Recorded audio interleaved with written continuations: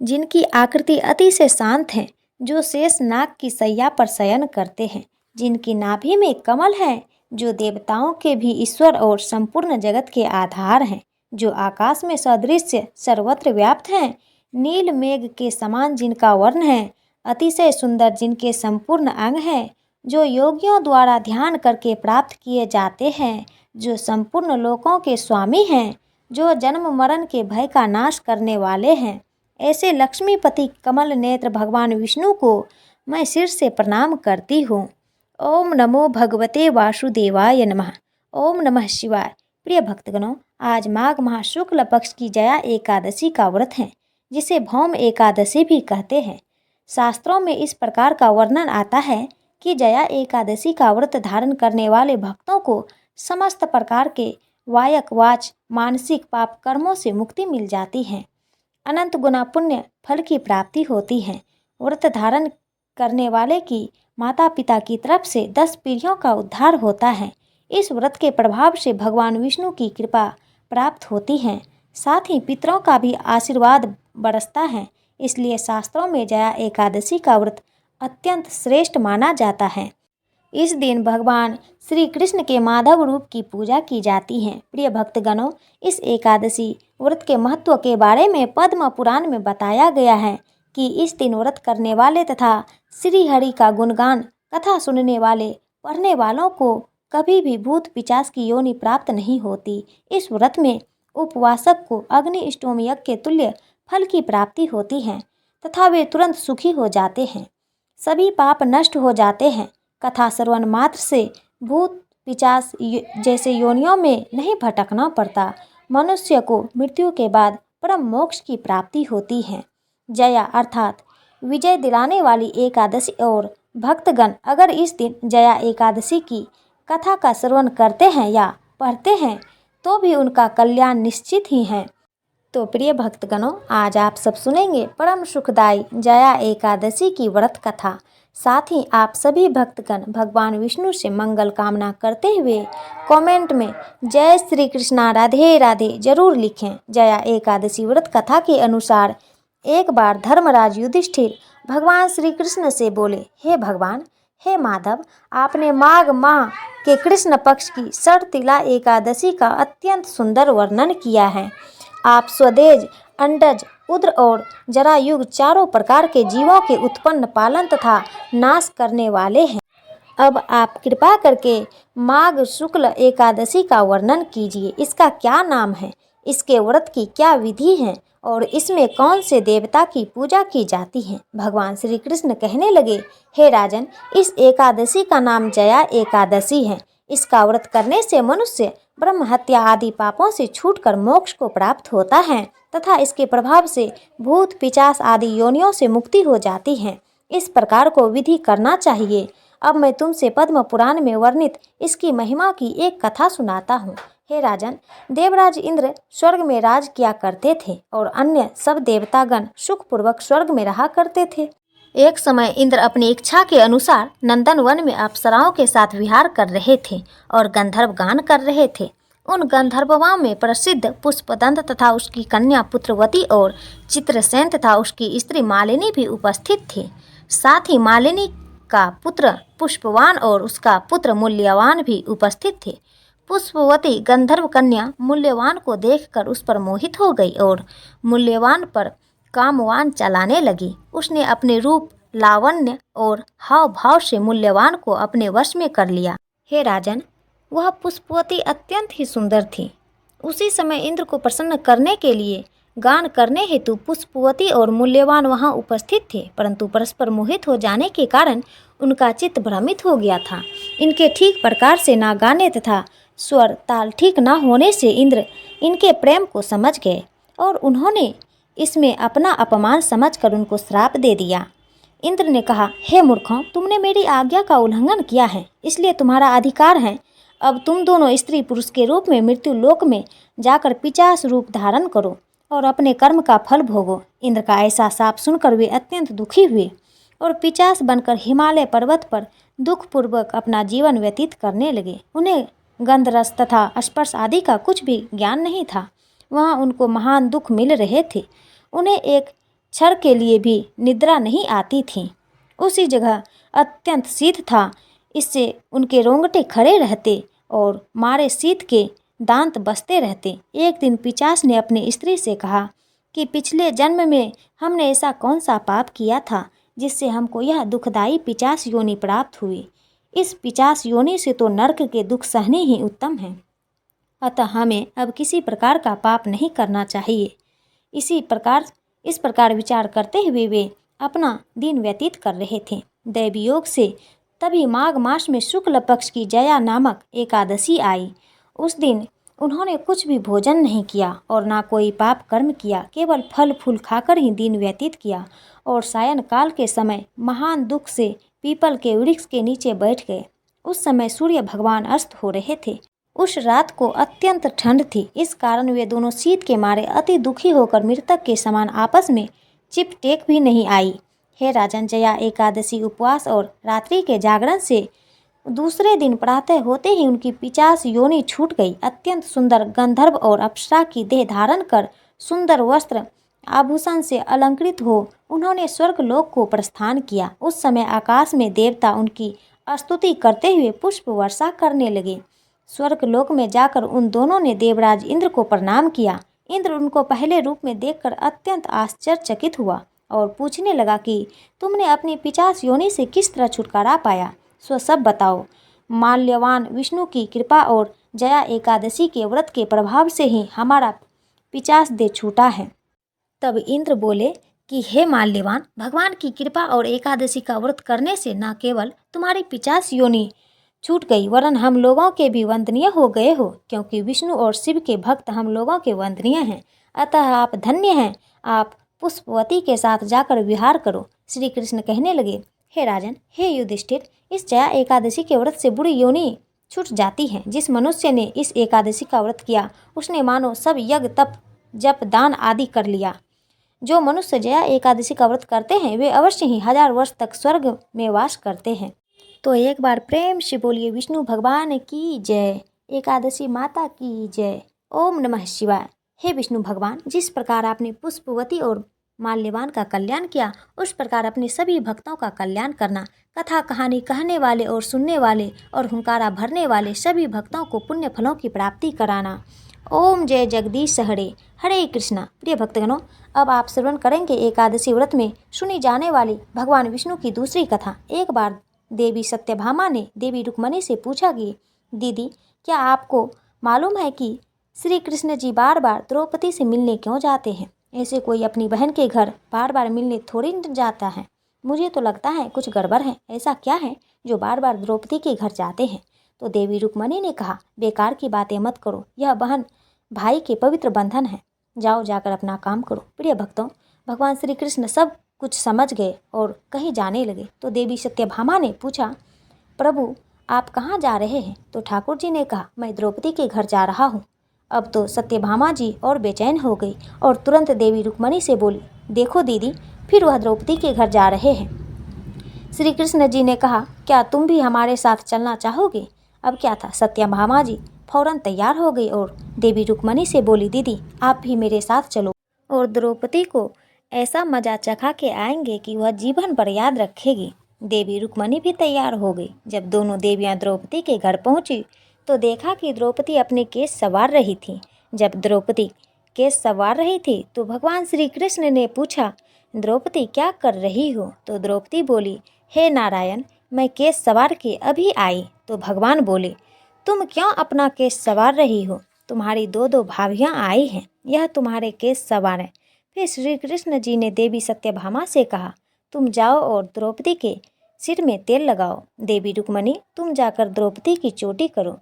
सत्यभामा जी ने रुक्मणी जी से कहा, बड़ा अच्छा मौका मिला है, ऐसा तेल लगाऊंगी कि इनकी खोपड़ी की एक एक बाल तोड़ के रख दूंगी। और जैसे ही सत्यभामा जी ने द्रौपदी के सिर में तेल लगाना शुरू किया और एक बाल को तोड़ा तो बाल तोड़ते ही आवाज़ आई, हे कृष्ण। फिर दूसरा बाल तोड़ा तो फिर आवाज़ आई, हे कृष्ण।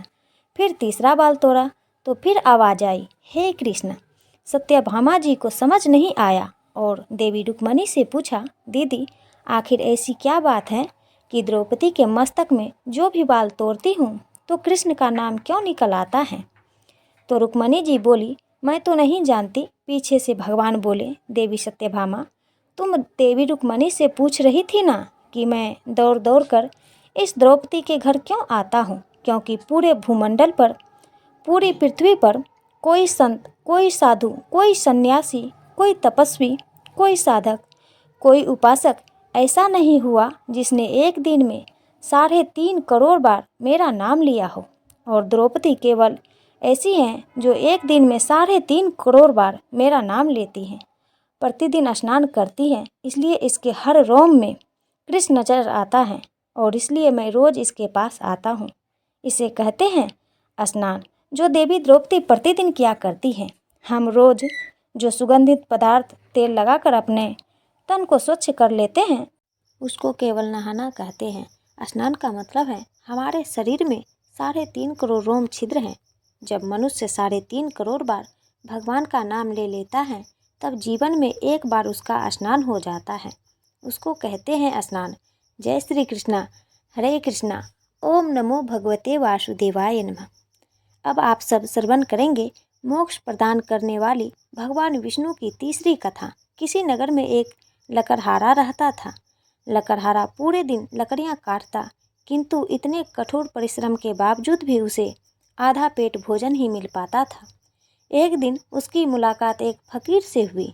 लकड़हारे ने उसे अपनी व्यथा सुनाते हुए कहा, बाबा, मैं चाहता हूँ कि जब भी आप अपने ईश्वर से मुलाकात हो तो मेरी फरियाद उनके सामने रखें और मेरे कष्ट का कारण पूछें।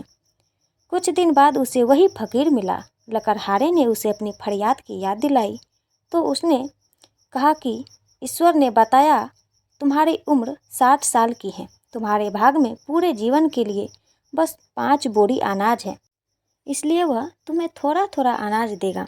लकड़हारे ने कहा, बाबा, अब जब भी ईश्वर से आपकी बात हो तो मेरी यह इच्छा उन तक पहुंचा देना कि वह मेरे जीवन का सारा अनाज एक साथ दे दे, ताकि कम से कम एक दिन तो मैं भर पेट भोजन कर सकूं। अगले दिन फकीर ने कुछ ऐसा ही किया। लकड़हारा के घर ढेर सारा अनाज पहुंचा दिया। लकड़हारा समझ गया कि ईश्वर ने अब उसका सारा हिस्सा भेज दिया। उसने कल की चिंता किए बिना पूरे अनाज का भोजन बनाकर सभी ब्राह्मणों और गरीब भूखों को खिलाया और उन्हें तिल का दान दिया और खुद भरपेट खाया। अगली सुबह उतना ही अनाज उसके घर फिर पहुंच गया। उसने फिर गरीबों को खिला दिया। यह सिलसिला चलता रहा। कुछ दिन बाद उसे वही ब्राह्मण, वही फकीर फिर लकड़हारे को मिले तो लकड़हारे ने कहा, बाबा, आप तो कहते थे कि मेरे जीवन में सिर्फ 5 बोरी अनाज है, लेकिन अब तो रोज मेरे घर 5 बोरी अनाज आ जाता है। उस साधु बाबा ने कहा, तुमने अपने जीवन का अनाज गरीबों को खिला दिया, इसलिए ईश्वर ने उन गरीबों के हिस्से का अनाज तुम्हें दे रखा है। तुमने तिल का दान दिया है, इसलिए जितना तुमने तिल का दान दिया है उतने करोड़ों वर्ष तक तुम्हें स्वर्ग लोक का सुख प्राप्त होगा। तो प्रिय भक्तगणों, इस एकादशी के दिन आप तिल का दान अवश्य करें। पानी में तिल डालकर पिएं और तिल से बनी सामग्री खाएं और तिल के तेल को पूरे बदन पर लगाकर उसका स्नान करें और हो सके तो एकादशी व्रत का पालन करें। ओम नमो भगवते वासुदेवाय नमः। हरे कृष्णा। तो प्रिय भक्तगणों, आइए अब श्रवण करते हैं तुलसी माता की कथा। प्राचीन समय की बात है। एक नगर में एक सोम शर्मा नामक ब्राह्मण अपनी पत्नी के साथ रहा करता था। वह भगवान विष्णु और माता लक्ष्मी का परम भक्त था। वह भिक्षा मांगकर अपना जीवन गुजारता और भगवान की पूजा में लगा रहता था। वह इतनी ही भिक्षा मांगता जिससे उसके और उसके परिवार का पेट भर सके। उस नगर का राजा बहुत धनवान और ब्राह्मणों का आदर करने वाला था। राजा किसी भी ब्राह्मणों को अपने महल से खाली हाथ नहीं जाने देता। दूर दूर से ब्राह्मण राजा के पास आते और मुंह मांगा दान लेकर आशीर्वाद देते हुए चले जाते। एक दिन ब्राह्मण की पत्नी ने ब्राह्मण से कहा कि हे पतिदेव, दूर दूर के ब्राह्मण राजा से मनचाहा दान लेकर जाते हैं और आप यहीं के रहने वाले हैं, परंतु एक भी दिन राजा के पास नहीं गए। यदि आपने ऐसा किया तो जन्म भर कंगाली ही रहेगी। अतः मैं कहती हूँ कि आज आप जाओ और राजा से कुछ मांग कर लाओ। ब्राह्मण ने अपनी पत्नी को समझाते हुआ कहा कि हे भद्रे, तुम बावड़ी हो गई हो, हमें धन की क्या आवश्यकता है, हमें इतना तो मिल ही जाता है जिससे हम अपने पेट भर सकें, और राजा का धन अच्छा नहीं होता, वह हमें नहीं लेना चाहिए। ब्राह्मण की पत्नी जिद पर अड़ गई और बोली, मैं आपकी एक भी बात नहीं सुनने वाली हूँ। कब तक हम कंगाली में जीते रहेंगे? आप तो रोज़ माला लेकर बैठ जाते हो, और अपने बच्चों को क्या खिलाएंगे और क्या पहनाएंगे? जब बच्चे दूसरे बच्चे को पहनते ओढ़ते और खाते पीते देखते हैं तो उनका मन भी लग जाता है। आज आप राजा के पास जाओ, राजा बहुत ही भला व्यक्ति है, वह हमें जरूर मुँह मांगा दान देगा। विवश होकर ब्राह्मण राजा के महल की ओर चल दिया, पर राजा उस समय महल में नहीं था। ब्राह्मण को वापस लौटना पड़ा। दूसरे दिन ब्राह्मण की पत्नी ने ब्राह्मण को फिर से महल भेज दिया, परंतु राजा फिर से महल में नहीं मिला। तीसरे दिन राजा महल में मिल गया और उसने ब्राह्मण का स्वागत किया और उसे आसन पर बिठाया तथा 2 दिन ना मिल पाने के लिए क्षमा मांगी।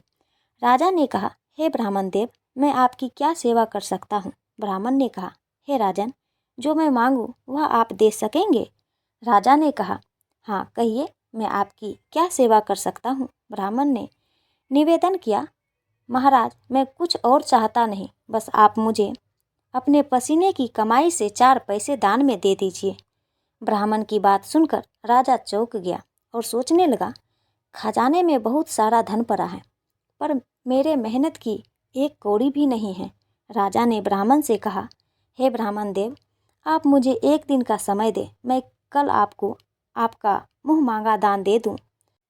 अब इधर ब्राह्मण को जब खाली हाथ देखा तो उसकी पत्नी बोली कि क्या हुआ, राजा ने कुछ नहीं दिया क्या?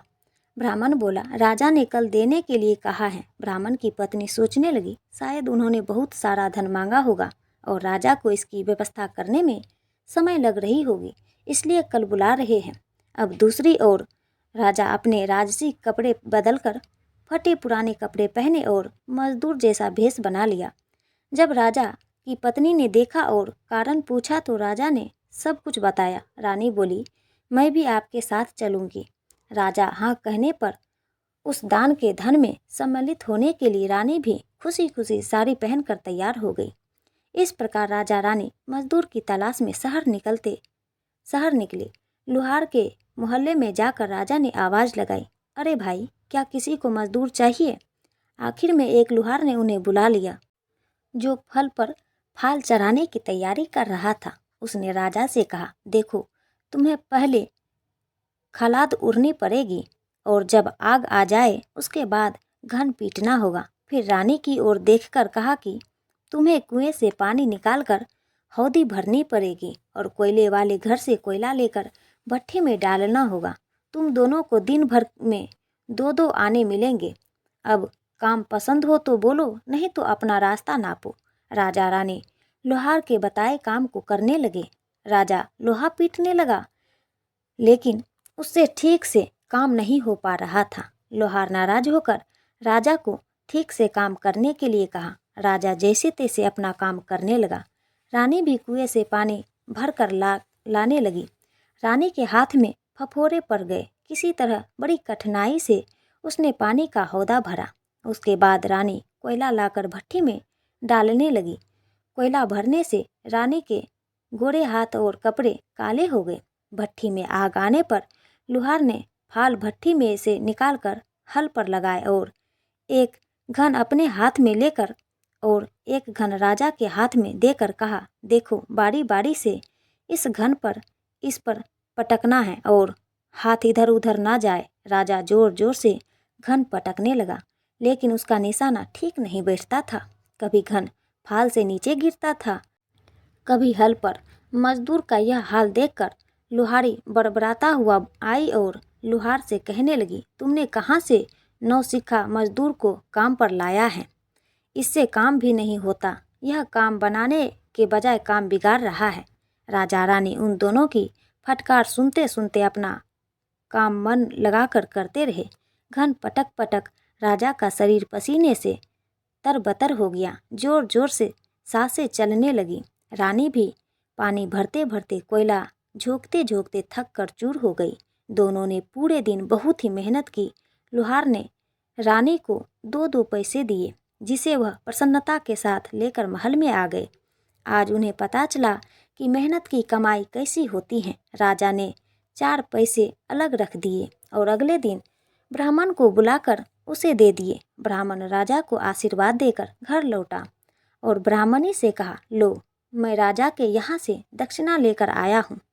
ब्राह्मणी खुश होकर दौड़ी। ब्राह्मणी खुश होकर आई, पर जब उसने 4 पैसे देखे तो वह ठिठक कर रह गई और फिर उसे दूर फेंक दिया। वह जल भूनकर ब्राह्मण से बोली, तुम जैसे दारिद्र राजा के पास जाकर कुछ भीख ना मांग पाए, शर्म भी नहीं आती। ऐसा कहकर वह रूठ कर चली गई और बहुत देर बड़बड़ाती रही। ब्राह्मण ने उस 4 पैसे को उठाकर एकादशी के दिन तुलसी घर के पास रख दिया और सोचा, जब ब्राह्मणी शांत हो जाएगी तो ज़रूरत पड़ने पर उठा लेगी। परंतु कई दिनों तक पैसे वहीं रखे रहे और ब्राह्मण द्वारा चढ़ाए गए फूल उस पर गिरकर मिट्टी में दब गए। ब्राह्मण और ब्राह्मणी दोनों ही उस सिक्के के बारे में भूल गए। कुछ दिनों बाद तुलसी घर में 4 पैसे उगे। चारों पैसे बहुत ही सुंदर थे। यह देखकर ब्राह्मणी रोज उसमें पानी डालती। 4 महीने बाद पौधे बड़े हो गए और माता लक्ष्मी की कृपा से उसमें फूल लगने लगे। फूल सूखने पर इससे मोती झरने लगे। ब्राह्मण और ब्राह्मणी ने जीवन में कभी भी मोती नहीं देखे थे। वह समझे कि कोई बीज है। हर रोज कई फूल झरते और बहुत मोती पूरे तुलसी घर में बिखर जाते। ब्राह्मणी उस मोतियों को समेटकर घर के कोने में डाल देती। इस तरह वहाँ मोतियों का ढेर लग गया। एक दिन एक सब्जी वाली आई। ब्राह्मणी को सब्जी लेनी थी, पर उसके पास पैसे नहीं थे। उसने जब सब्जी वाले से कहा कि हे बहन, क्या तुम इस चमकदार चीज़ के बदले सब्जी दे सकती हो? सब्जी वाले ने देखा तो वह पहचान गई कि यह तो मोती है। उसने खुशी खुशी ब्राह्मणी को उन मोती के बदले उसकी मनपसंद सब्जी दे दी। अब से हर रोज ऐसा होने लगा। ब्राह्मणी और सब्जी वाली दोनों खुश थे। सब्जी वाली यह सोचकर खुश थी कि मुझे 1 पैसे की तरकारी के बदले हजारों का माल मिलता है, और ब्राह्मण यह सोचकर खुश थी कि इन मामूली बीजों के बदले उसे सब्जी मिल जाती है। इस प्रकार कई महीने बीत गए। उधर राजा महल में कई राजहंस थे जो मोती चुगा करते थे। राजा का यह नियम था कि जब राजहंस मोती चुगते थे उसके बाद ही राजा और उसका परिवार भोजन करता था। एक समय राजा का सारा धन उन मोतियों को दान देने में खर्च हो गया। अब राजा को मोती खरीदने के लिए पैसे तक नहीं बचे। यह खबर पूरे नगर में फैल गई। ब्राह्मण और ब्राह्मणी को जब यह बात पता चला तो उसने यही विचार किया कि राजा बहुत दानी और नेक दिल का है।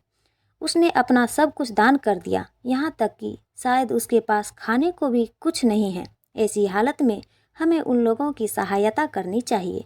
एकादशी का व्रत था। ब्राह्मण ने व्रत धारण किया हुआ था। उस दिन ब्राह्मण ने ब्राह्मणी से कहा, अगर तुम कहो तो उसमें से कुछ बीज राजा को दे दूं। ब्राह्मणी कहती है कि इसमें सब्जी और खाने की चीज़ें मिलती हैं, मैं रोज इसके बदले सौदा लिया करती हूँ। ऐसा कहकर ब्राह्मण एक टोकरी बीज भर कर लाई और ब्राह्मण राजा के पास पहुँचा दिया और उसे वह मोती दान में दे दी और राजा को सारी बात बताई। राजा उन मोतियों को देखकर चौंक गया।